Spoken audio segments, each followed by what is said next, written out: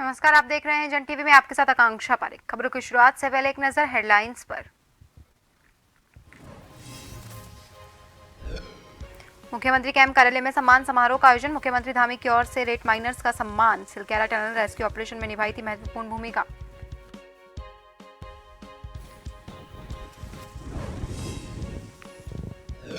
उत्तराखंड में जनवरी में यूसीसी की रिपोर्ट होगी पेश। फरवरी में विशेष सत्र में विधानसभा में ड्राफ्ट होगा पेश। सीएम धामी ने कहा जल्द होगी प्रक्रिया।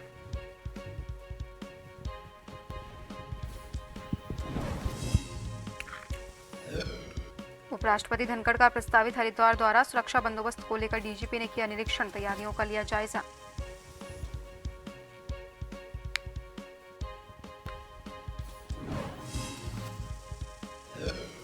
उत्तराखंड में भीमताल में गुलदार का हमला मामला। 3 लोगों की मौत पर सरकार सख्त। सीएम धामी ने अधिकारियों से की रिपोर्ट तलब। अब तक 17 लोगों को बना चुका है शिकार।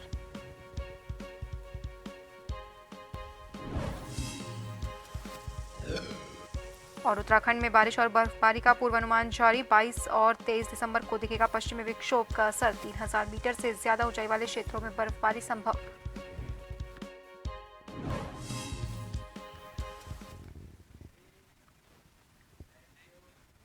और अब खबरें विस्तार से। सिलक्यारा टनल रेस्क्यू ऑपरेशन में एक अहम भूमिका निभाने वाले रेड माइनर्स की टीम का सीएम धामी ने सम्मान किया। जिस समय सिलक्यारा में 41 मजदूर फंसे हुए थे, उस समय शासन प्रशासन के साथ रेड माइनर्स की 14 सदस्यों की टीम ने तेजी से सुरंग में काम किया और सभी मजदूरों को बाहर निकाला था। सीएम धामी ने रेड माइनर्स की पूरी टीम को 50-50 हजार के चेक भी दिए। पिछले दिनों मुख्यमंत्री पुष्कर सिंह धामी ने 50-50 हजार रुपए देने की घोषणा की थी। सीएम धामी के हाथों से सम्मान पाकर रेड माइनर्स की टीम खासा उत्साहित नजर आई।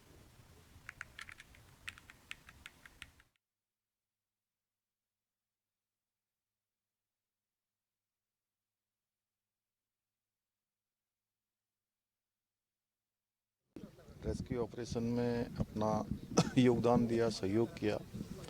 हर एक का मैं बहुत धन्यवाद करना चाहता हूँ। सभी का धन्यवाद है, लेकिन विशेष कर से जो हमारे रेड माइनर्स हैं, इन्होंने अपनी जान की परवाह न करते हुए लगातार कठिन परिस्थितियों में, स्थितियों में अंदर जाकर खुदाई का काम किया, सफाई का काम किया, पाइप काटने का काम किया और अंत तक लगातार और बहुत ही कठिन परिस्थितियों में वो ऑपरेशन चला। उसको सफलता तक पहुंचाने में आपका बहुत बड़ा योगदान रहा। आज मैं सभी का अपनी तरफ से यहाँ अभिनंदन करता हूँ, उनका स्वागत करता हूँ।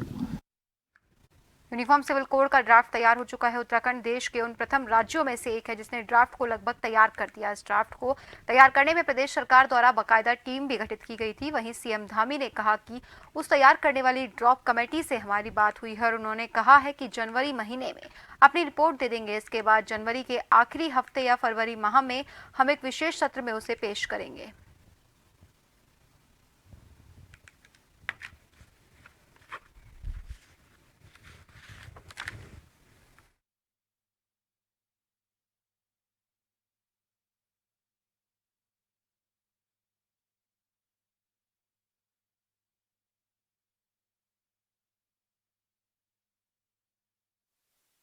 यूसीसी कमेटी ड्राफ्ट बनाने वाली कमेटी से हमारी बात हुई है। उन्होंने संभवतः हमको कहा है कि जनवरी माह में हमको जो है अपना ड्राफ्ट दे देंगे और उसके बाद जो भी अन्य औपचारिकताएं होती हैं, औपचारिकता करने के बाद हम उसको विधानसभा में लाएंगे, विधानसभा का सत्र आहूत करेंगे। उत्तराखंड के मूल निवासियों को अब स्थायी निवास प्रमाण पत्र की आवश्यकता नहीं होगी। मुख्यमंत्री पुष्कर सिंह धामी ने बुधवार को एक आदेश जारी किया जिसमें कहा गया कि जिनके पास मूल निवास प्रमाण पत्र है उन लोगों को किसी भी सरकारी विभाग के अंतर्गत मांगे जाने वाले स्थायी निवास प्रमाण पत्र की आवश्यकता नहीं होगी।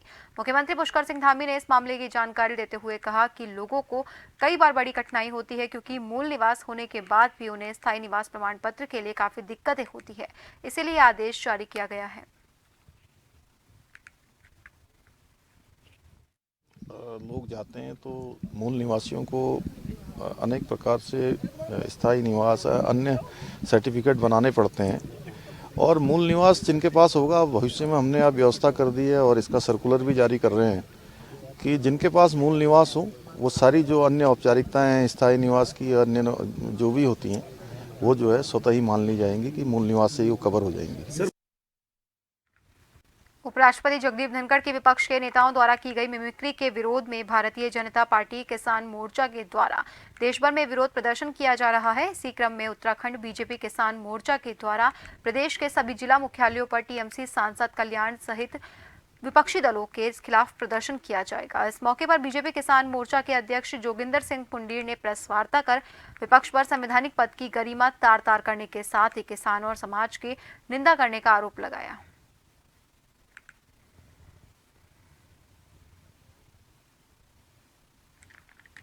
उपराष्ट्रपति और राज्यसभा के सम्मानित सभापति हमारे जगदीप धनखड़ जी के लिए जो अपने तृणमूल कांग्रेस के कल्याण बनर्जी ने उनकी नकल उतारते, उनकी मिर्मिकी बनाते हुए कैसा निंदनीय, घोर निंदनीय कुकृत्य किया। और उसमें आपने देखा होगा कि I.N.D.I.A के घटक दलों के जो एक नेता हैं राहुल गांधी जी, जो कि एक बहुत ही सर्वोच्च पद पे रहे हैं, वो भी एक सम्मानित सांसद हैं, उन्होंने उस वीडियो को बना के सोशल मीडिया पे डाला है, उसकी वो बना के, ये घोर निंदनीय है। भीमताल में गुलदार के हमले में मारे गए 3 लोगों को लेकर सीएम पुष्कर सिंह धामी ने वन विभाग के अधिकारियों से रिपोर्ट तलब की है। मुख्यमंत्री पुष्कर सिंह धामी ने इस मामले में जानकारी दी कि वन विभाग के अधिकारियों की एक लेवल मीटिंग बुलाई गई थी, जिसमें अधिकारियों से पूछा गया कि आखिरकार इस तरह के हालात प्रदेश में क्यों हो रहे हैं। अब तक 17 लोगों को आदमखोर बाघ या तेंदुओं ने अपना शिकार बनाया है। इनको लेकर क्या कुछ अब तक किया गया है?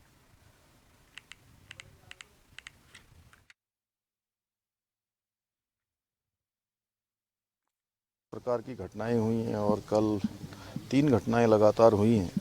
इससे पहले पौड़ी जनपद में भी कई घटनाएं हुई हैं। 17 घटनाएं ऐसी हो चुकी हैं जो बहुत ही दुखद है, हृदय विदारक हैं। और आप समझ सकते हैं कि जिस प्रकार से जंगली जानवरों ने हमला किया है, गुलदार ने हमला किया है, उस पर मैंने एक हाई लेवल की मीटिंग करी है और हमने कहा है कि किसी भी कीमत पर ये वन्य जीव मानव जो संघर्ष है उसमें रोका जाना चाहिए और जिस प्रकार से भी लोगों का बचाव हो सकता है उसको बचाव को करने के लिए सभी प्रकार की तकनीकियां प्रयोग में लाई जाएं।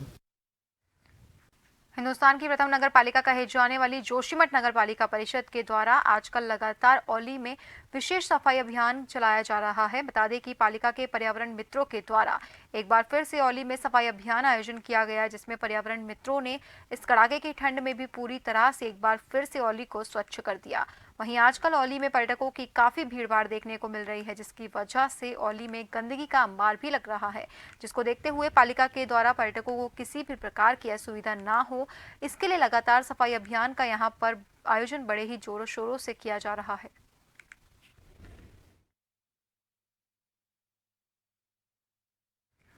लक्सर मेघ फाउंडेशन द्वारा कीर्ति चक्र विजेता राइफलमैन स्वर्गीय सुरजन सिंह के आश्रितों को आवास बनाने के लिए 366 बैग सीमेंट निःशुल्क प्रदान किए। इस दौरान सबसे पहले शाहिद कीर्ति चक्र विजेता राइफलमैन सुरजन सिंह के चित्र पर पुष्प अर्पित कर उन्हें श्रद्धांजलि दी गई। एक कंपनी के HR आलोक मोरोलिया का कहना है कि हमारी विभिन्न परियोजनाएं वहां के स्थानीय निवासियों और देश के समर्पित शहीदों के लिए चलती रहती हैं। उन्होंने बताया कि एक योजना है जिसे नमन नाम दिया गया है। वो शहीदों को नमन स्वरूप में जो भी शहीद अपने मकान बनाते हैं वो उन्हें निःशुल्क सीमेंट बैग उपलब्ध कराते हैं। उन्होंने कहा अब तक वो अपने प्लांट से 4 अफसरों पर निःशुल्क सीमेंट प्रदान कर चुके हैं।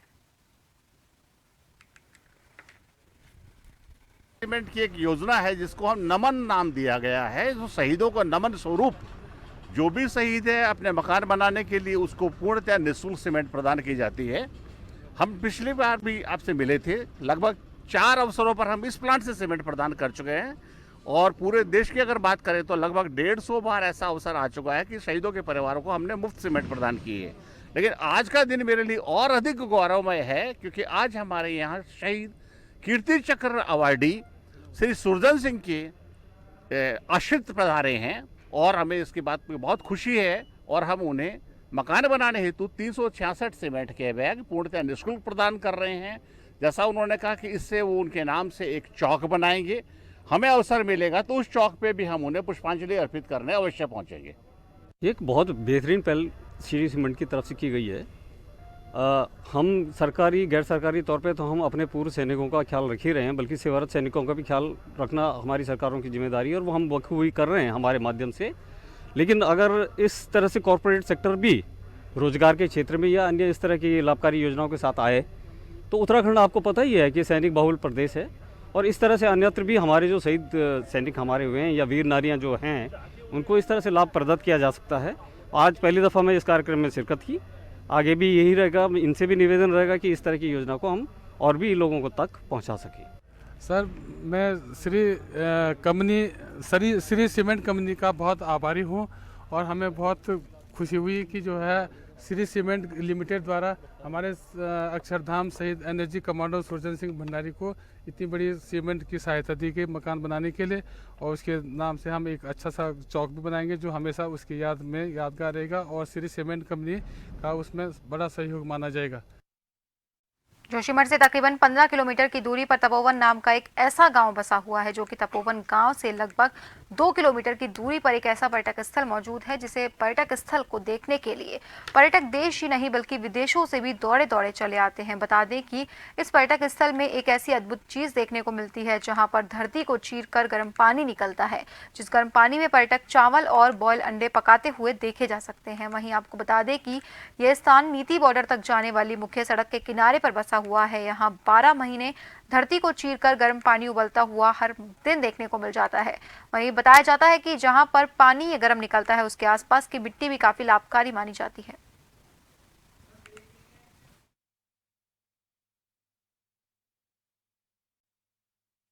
रुकेंगे एक छोटे से ब्रेक के लिए।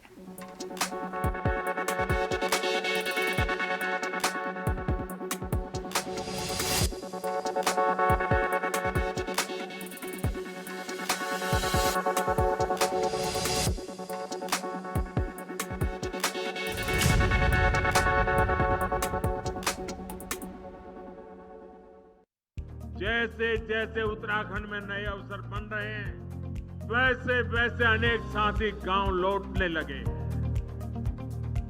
डबल इंजन सरकार का प्रयास है कि गांव वापसी का ये काम तेजी से हो।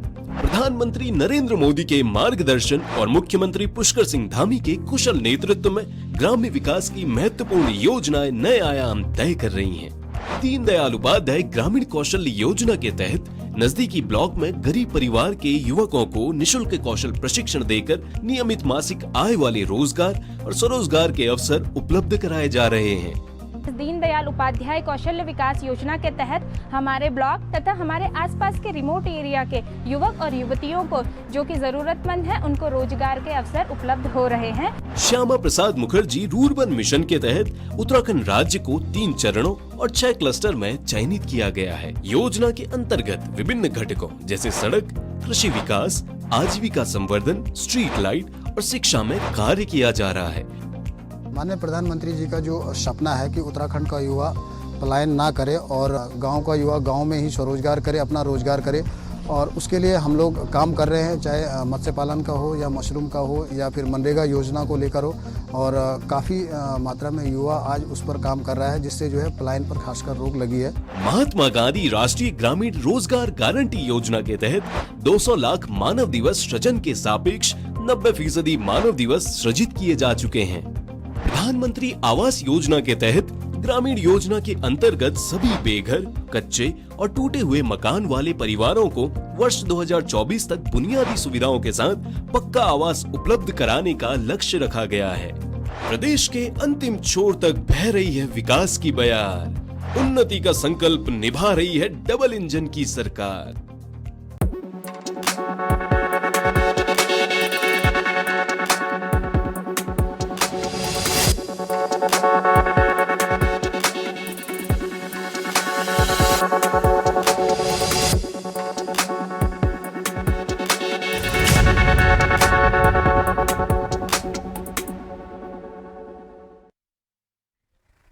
ब्रेक के बाद एक बार फिर से आप सभी का स्वागत है। बढ़ते हैं अगली खबर की ओर। देश में एक बार फिर से कोरोना पैर पसार रहा है। कोविड के JN.1 वेरिएंट की देश में पुष्टि हुई है। वहीं एक बार फिर से कोविड के बढ़ते खतरे को देखते हुए उत्तराखंड में स्वास्थ्य विभाग अलर्ट हो गया। स्वास्थ्य सचिव ने प्रदेश में जिले के सभी CMO को अस्पतालों को कोविड को लेकर अपडेट रखने के निर्देश दिए हैं। कोविड में जहां ऑक्सीजन को लेकर देश में अफरा तफरी मची थी और कई लोगों की जान चली गई थी, तो वहीं कोविड से लोगों की जान बचाने के लिए लोहाघाट उप जिला चिकित्सालय में लाखों रुपए की लागत से ऑक्सीजन जनरेशन प्लांट लगाया गया था, जो पिछले 3 सालों से खराब है। लाखों रुपए की सरकारी धन की बर्बादी इस दौरान हो रही है, लेकिन स्वास्थ्य महकमा खामोश बैठा है। जो कोरोना की लहर है JN.1, इसकी लहर पूरे देश में पाई जा रही है और बहुत सारे पॉजिटिव केस मिल रहे हैं और भारत सरकार की गाइडलाइन के मुताबिक समस्त CMOs को आदेश कर दिया गया है कि अपनी तैयारियां पूर्ण रखें और जनमानस का स्वास्थ्य को ध्यान में रखते हुए और लोहाघाट का ऑक्सीजन प्लांट विगत कई वर्षों से खराब पड़ा हुआ है, जिस संबंध में यहाँ के CMO से और CMO और DM साहब से भी बार बार अनुरोध करने के बाद भी अभी तक ऑक्सीजन प्लांट चालू नहीं हुआ। उत्तराखंड डोईवाला के बड़कोट वन रेंज के अंतर्गत माजरी ग्रांट के रेशम माजरी क्षेत्र में एक संदिग्ध हाथी की मौत हो गई। गुरुवार की सुबह वन विभाग के गश्ती दल ने मृत अवस्था में हाथी को देखा, जिसकी सूचना तुरंत उच्च अधिकारियों को दी। वहीं मौके पर पहुंचे वन कर्मियों ने शव को कब्जे में ले लिया। रेंजर धीरज रावत ने बताया कि हाथी तकरीबन 15 साल का है और उसके सभी अंग सुरक्षित हैं। वहीं हाथी के शव का पोस्टमार्टम विभाग के डॉक्टर की टीम द्वारा किया जाएगा, जिसके बाद हाथी के मौत के कारणों का पता चलेगा। वहीं हाथी के शव की सूचना पर मौके पर तमाम ग्रामीण और वन कर्मी के साथ अधिकारी मौजूद रहे।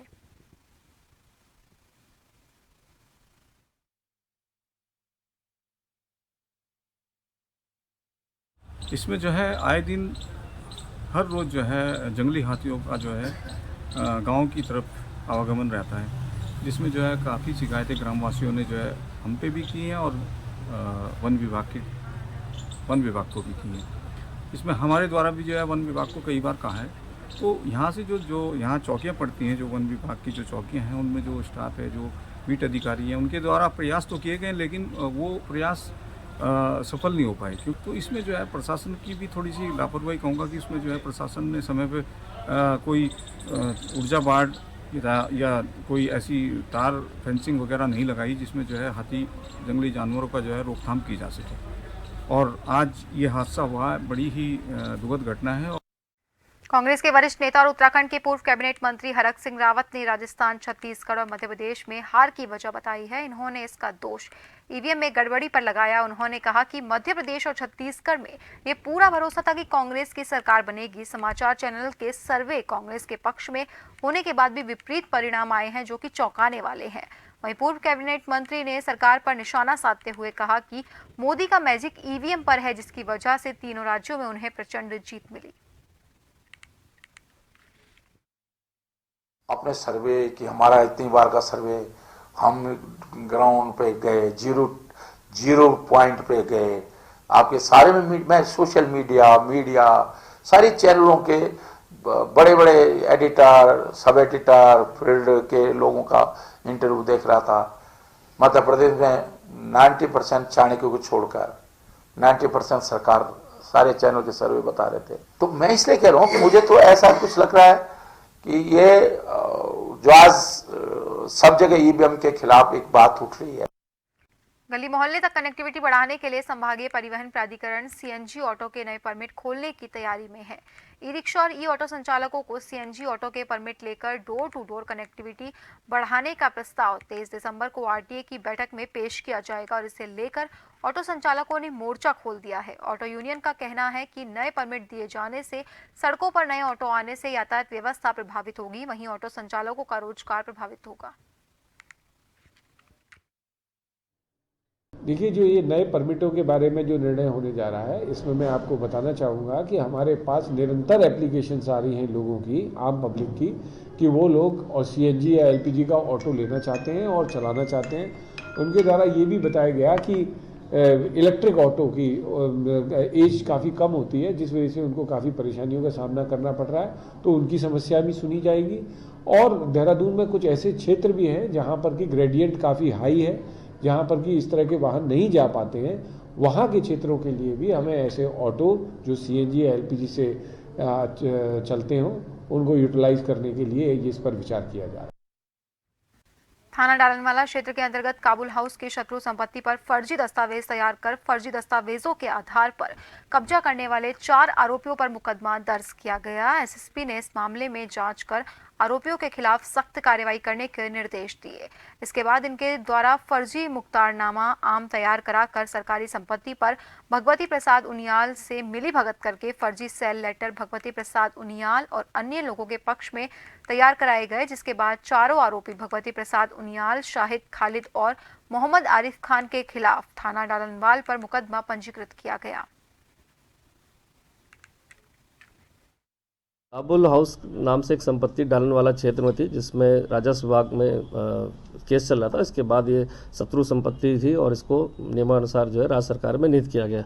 इस मामले में चूंकि फर्जी दस्तावेजों को बनाकर और इस पर कब्जा करने की बात प्रकाश में आई थी, जिस पर राजस्व की रिपोर्ट थी, उस पर थाने से इसमें विस्तृत जांच की गई और जांच उपरांत इसमें 4 लोग के विरुद्ध मुकदमा लिखा गया। चूंकि यह संपत्ति 1876 में ब्रिटिश काल में जो है ब्रिटिशर्स द्वारा जो है काबुल के एक राजा थे याकूब जी, उनको दी गई थी और जिनके कोई वारिसान वगैरह नहीं थे और यह उनके देश के जाने के बाद ये शत्रु संपत्ति घोषित हुई थी। लेकिन कुछ लोगों ने इसमें फर्जीवाड़ा करके फर्जी दस्तावेज बनाकर सहारनपुर के रिकॉर्ड्स में छेड़छाड़ करके इस संपत्ति को अपना दिखाया था।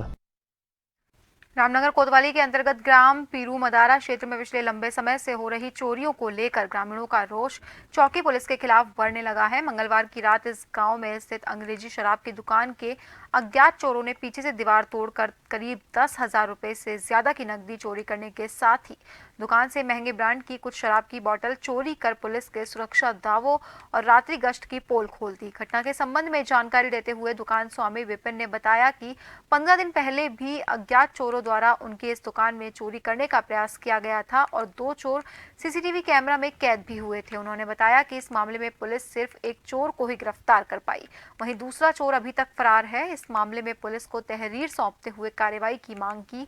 वहीं घटना की जानकारी मिलने के बाद पुलिस भी मामले की जांच में जुट गई है।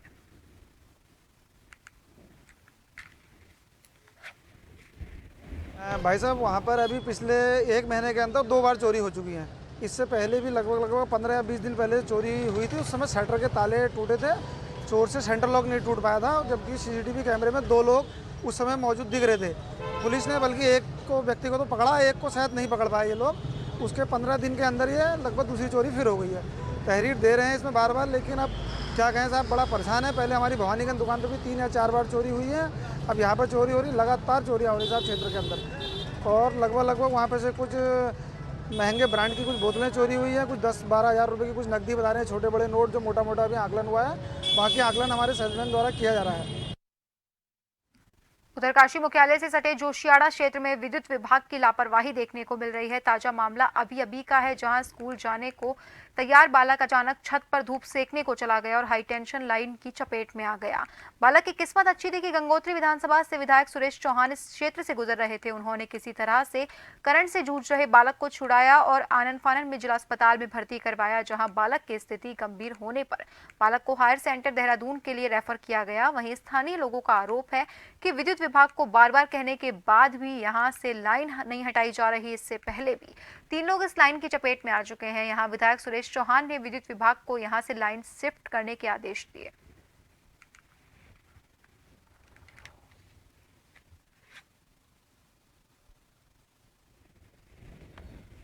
कहूँगा कि विद्युत विभाग की लापरवाही है। यहाँ पर जोशियाड़ा क्या उत्तरकाशी जनपद में कई घटनाएं ऐसी हो गई है जिससे कई लोगों की मौत भी हो गई है। आज जोशियाड़ा में इतनी एक दुखद घटना हुई कि छोटे से बच्चों को करंट लग गया। वहाँ पर लोगों के अपने मकान थे और अपने खेत थे पहले। अब जब अपने खेत थे तो विद्युत विभाग के द्वारा वहाँ पर हाई टेंशन लाइन बिछाई गई। अब जिनका खेत है वहाँ पर अपने मौरूसी ज़मीन है, उनको वहाँ पर मकान बनाना ही है। जोशियाड़ा में बहुत घनी बस्ती बस गई है और वास्तव में ये जो तार जो ऊपर छतों के ऊपर से जा रहे हैं उससे बार बार लोगों को करंट की चपेट में लोग आ जाते हैं और ये बहुत विद्युत विभाग की लापरवाही है और इसको देखा जाएगा जो भी इसके भी इसमें लापरवाही। कई बार इन लोगों बिजली विभाग वालों को बोल दिया था है कि यहाँ से ये हाई टेंशन वाली तार हटा दी है, लेकिन ये लोग कहने के लिए वो मानने के लिए तैयार नहीं है। अभी इस बच्चे को करंट लग गया है बहुत भयंकर ढंग से। अभी स्कूल से आया हो, नीचे बैठा हुआ था कि आपस में वो टकराए और इससे वो बैठे हुए उसको ऊपर खींच रहे हैं उस करंट में। इस वजह से उसको अभी देहरादून रेफर करने के लिए रेफर करना। और अब आखिर में एक नजर हेडलाइंस पर।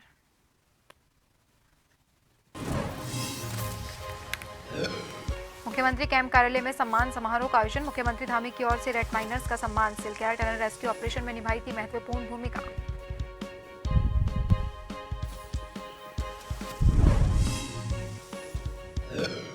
उत्तराखंड में जनवरी में यूसीसी की रिपोर्ट होगी पेश। फरवरी में विशेष सत्र में विधानसभा में ड्राफ्ट होगा पेश। सीएम धामी ने कहा जल्द होगी कार्रवाई।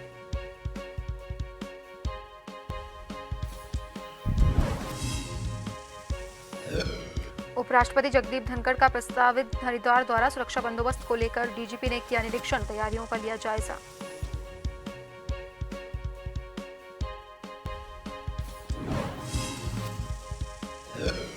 उत्तराखंड में भीमताल में गुलदार का हमला मामला। 3 लोगों की मौत पर सरकार सख्त। सीएम धामी ने अधिकारियों से की रिपोर्ट तलब। अब तक 17 लोगों को बना चुका शिकार।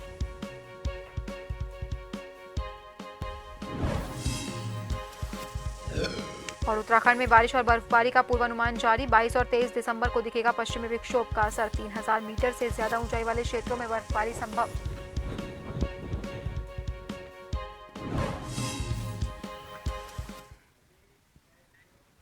और फिलहाल के लिए खबरों में बस इतना ही। बने रहिए जन टीवी के साथ। नमस्कार।